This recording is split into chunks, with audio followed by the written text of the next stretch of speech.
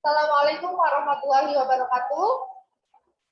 Dalam podcast kali ini kita akan berbincang singkat mengenai pertumbuhan dan perkembangan peserta didik. Sebelumnya perkenalkan, saya Salsabila Azahra, NIM 20601241003 dari kelas PJKRA. Saya di sini sebagai host dan ada narasumber kita. Silakan Mas untuk memperkenalkan diri. Baik, perkenalkan nama saya Adi Prasetyo, NIM 20601244154 dari kelas PJKRA. Baik Mas, dalam perkuliahan pada saat ini kan masih pada pandemi COVID-19 ya Mas ya.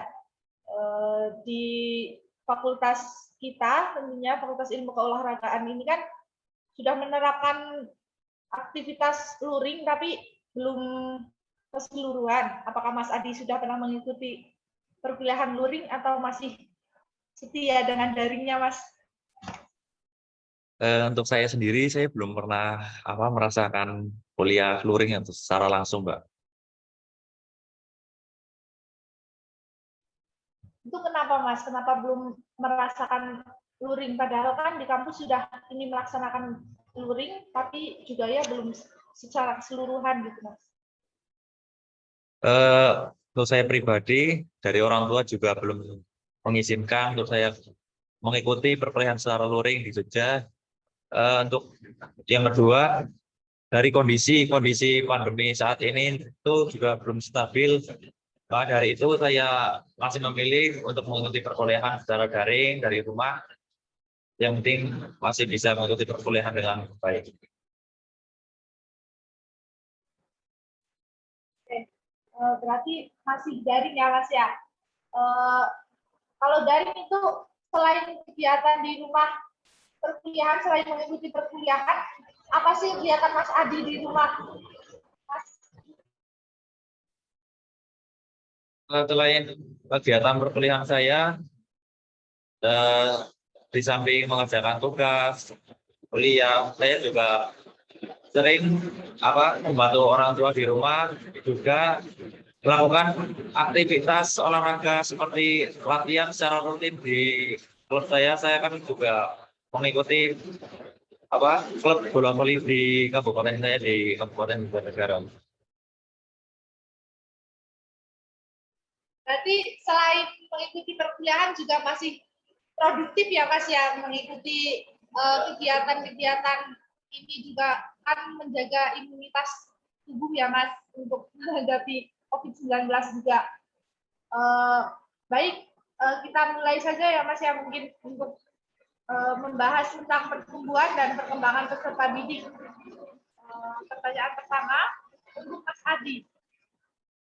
Apa sih definisi dari pertumbuhan dan perkembangan peserta didik itu? Pertumbuhan merupakan suatu proses perubahan secara kuantitatif pada aspek-aspek fisik maupun psikis yang mengarah ke kondisi yang lebih matang. Contohnya dari tinggi badan, berat badan, dan yang lain-lain. Untuk perkembangannya, Mas? Untuk perkembangan sendiri merupakan proses perubahan secara kualitatif dari aspek fisik dan juga psikis yang mengarah pada kondisi yang lebih matang juga. Itu contohnya dari misalkan bayi yang awalnya merangkak itu sudah bisa merayap-rayap dari tembok dan juga sudah bisa berjalan. Jadi Baik Mas, setelah dijelaskan mengenai definisi pertumbuhan dan perkembangan, saya ingin tahu nih, apa sih perbedaan pertumbuhan dan perkembangan itu? Baik, seperti yang sudah saya jelaskan tadi, perbedaan perkembangan dan pertumbuhan pada anak itu contohnya dari pertumbuhan seperti berat badan dan juga tinggi badan. Untuk perkembangannya merupakan struktur fungsi suatu organ yang bersifat kualitatif dan dapat dilihat dari perilaku si anak yang tadi sudah saya sampaikan, dari bayi yang dari awalnya merangkak sampai bisa merayap dan sampai berjalan. Baik, Mas. Terus untuk untuk perkembangannya ini terjadi dari kapan sampai kapan, Mas, dalam ini kehidupan? Jadi perkembangan dan pertumbuhan itu berlangsung dari awal kita lahir dan sampai kita mati, Pak. Oke, untuk berarti perkembangan ini terjadi dari kita lahir sampai kita mati. Terus apa saja aspek yang menyebabkan perkembangan itu, Mas? Jadi aspek pada perkembangan anak yaitu meliputi agama dan moral, yang kedua ada fisik dan motorik, yang ketiga yaitu kognitif, keempat sosial emosional, kelima bahasa, dan yang keenam itu ada seni. Baik, Mas. Setelah tadi menjelaskan sedikit tentang perkembangan ya, Mas, saya ini lanjut ke pertumbuhannya. Apa sih pertumbuhan itu, terutama pada anak usia dini, Mas?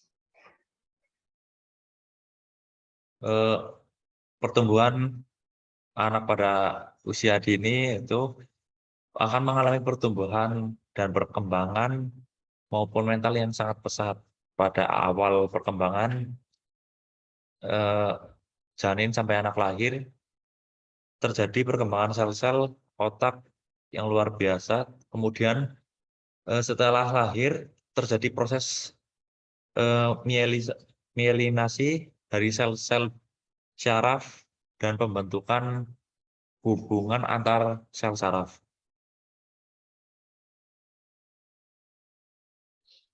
Baik, Mas. Setelah tahu ya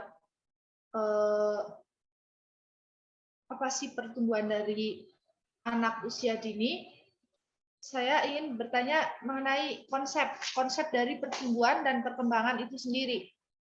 Apa sih?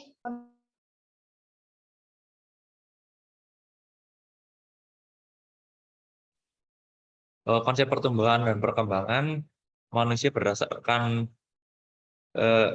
yang saya pernah baca, pada awal bulan setelah lahir, pertumbuhan langsung relatif cepat. Pada awal tahun pertama sampai tahun ketiga, pertumbuhan relatif cepat disertai perkembangan motorik kasar.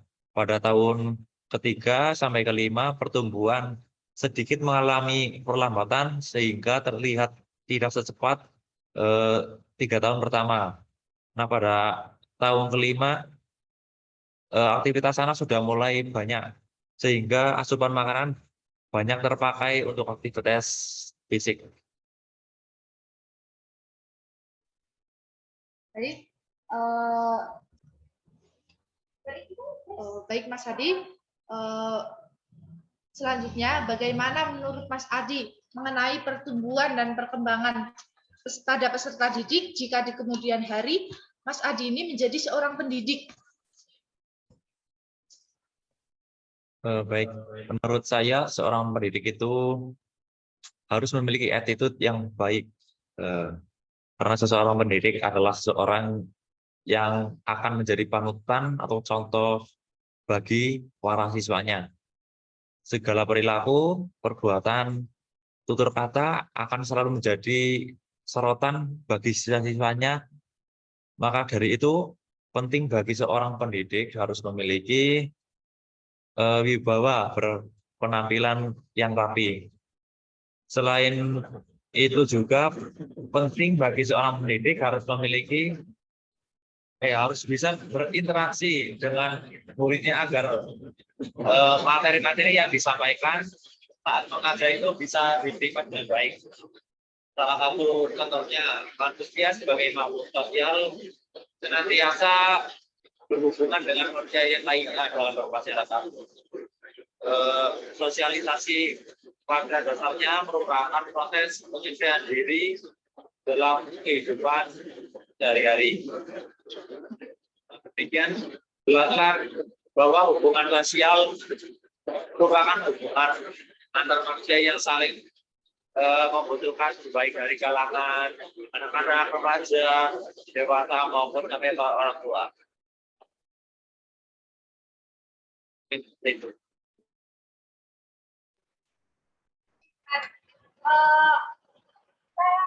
Saya ingin tanya ini, apa saja sih yang berkembang dalam ini manusia? Jadi kan saya tahu tentang karakteristik fisik, terus kapasitas intelektual, kapasitas sosial dan emosional. Nah, apa saja sih yang berkembang dari karakteristik dan kapasitas tersebut, Mas?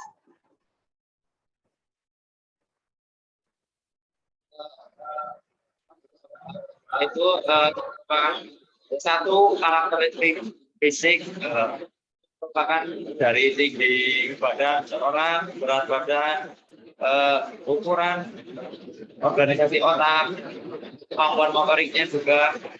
Yang kedua ada kapasitas intelektual, yaitu meliputi memori seorang, bahasa dan komunikasi. Tiga, kemampuan nalar dan pengetahuan. Yang ketiga, ada kapasitas sosial emosional, yaitu meliputi hubungan sosial dengan orang lain, kepribadian diri sendiri, dan emosi dan afeksi. Mas, setelah tadi mengetahui apa yang berkembang dari setiap karakteristik dan kapasitas tersebut, apa sih yang menyebabkan perkembangan dari anak atau peserta didik ini? Mungkin penyebab dari perkembangan menurut saya yaitu yang pertama ada genetik atau faktor keturunan, yang kedua dari kematangan biologis, yang ketiga perubahan psikologis, dan keempat itu faktor lingkungan. Baik, tadi kan disebutkan ada 4 ya, masih ada genetik, kematangan biologis, perubahan psikologis, dan lingkungan. Dari keempat faktor tersebut, mana yang lebih dominan yang menyebabkan perkembangan menurut Mas Adi? Menurut saya yang dominan dari keempat tersebut adalah faktor lingkungan. Kalau genetik itu kan merupakan keturunan dari orang tua, dari keluarga, itu juga faktor bawaan. Terus faktor kematangan biologis, perubahan psikologis itu dapat dipengaruhi oleh faktor lingkungan juga. Maka dari itu faktor lingkungan lebih dominan menyebabkan perkembangannya seseorang atau anak-anak. Baik, dari tadi kan sudah dijelaskan oleh Mas Adi sendiri ya mengenai pertumbuhan dan perkembangan pada anak dan peserta didik. Selanjutnya, saya ingin bertanya nih, misalkan ada dalam sekelompok ada beberapa anak dan anak itu usianya sama, misal ini 11 tahun. Terus tapi postur tubuh dari anak-anak tersebut ini berbeda-beda.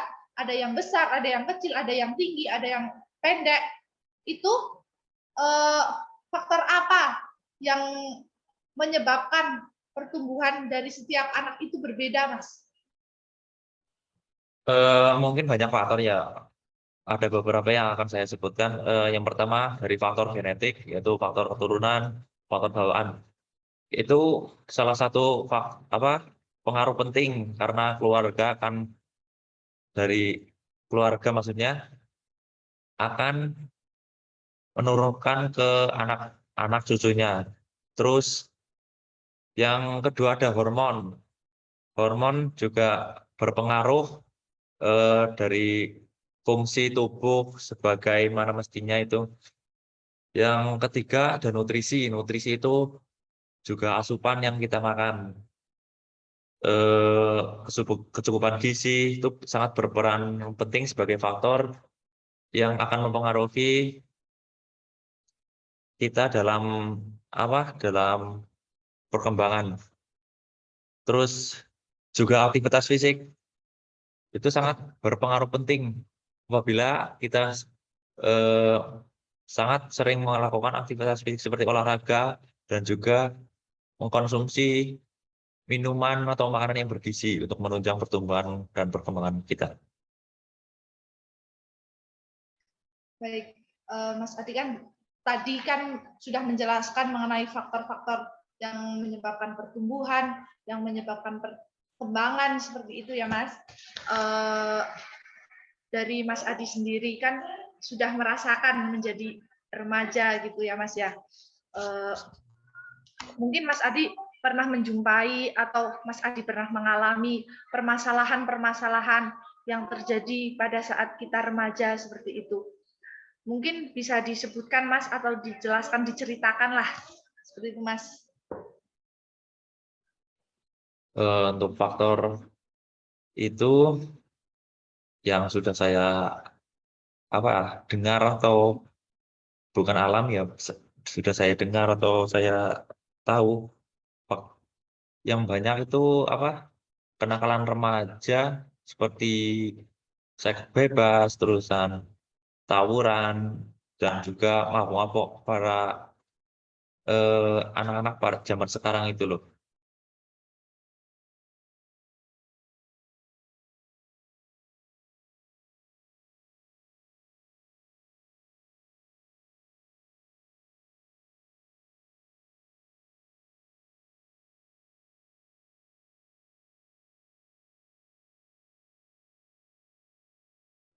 Baik, jadi di cerita Mas Adi kali ini pernah menjumpai atau belajarlah melihat dari lingkungan Mas Adi banyak kenakalan remaja, yaitu contohnya tadi Mas Adi sebutkan ada kenakalan seks, terus tawuran, mabuk dan lain sebagainya. Menurut Mas Adi, apa sih upaya untuk mengantisipasi atau menanggulangi lah supaya hal itu tidak terjadi pada anak remaja atau pada peserta didik lah ya. Itu upaya apa untuk mencegah itu, Mas? Baik, menurut saya itu merupakan faktor dari orang tua yang sangat penting karena apabila orang tua bisa menjaga anak-anak kita dengan baik, bisa bisa terjaga. Jadi anak-anak kita itu tidak semena-mena, tidak mengikuti pergaulan bebas di luar sana itu, tidak seenaknya sendiri itu. Itu menurut saya juga kurangnya perhatian dari orang tua. Maka dari itu seorang anak itu bisa eh, mengikuti pergaulan bebas di luar rumah bersama teman-temannya. Mungkin itu, Mbak. Baik, Mas. Dari yang tadi Mas Adi sampaikan ini terdapat pesan moral ya, teman-teman harus misal kita sebagai orang tua kita harus sangat memperhatikan betul aktivitas anak kita, terus pergaulan anak kita seperti itu ya. Terus juga di sekolah harus tetap kita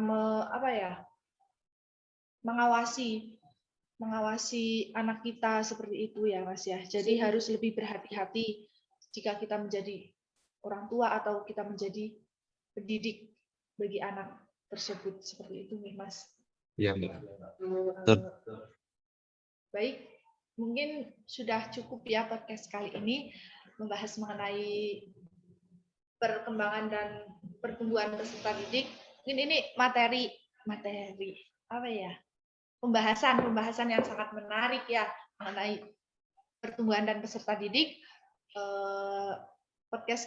Podcast ini juga dibuat untuk melengkapi tugas akhir mata kuliah pertumbuhan peserta didik di semester 3 kita. Sebelumnya, Mas Adi, apakah ada yang ingin disampaikan? Mungkin cukup, Mbak. Cukup. Baik, kita akhiri. Assalamualaikum warahmatullahi wabarakatuh. Waalaikumsalam warahmatullahi wabarakatuh.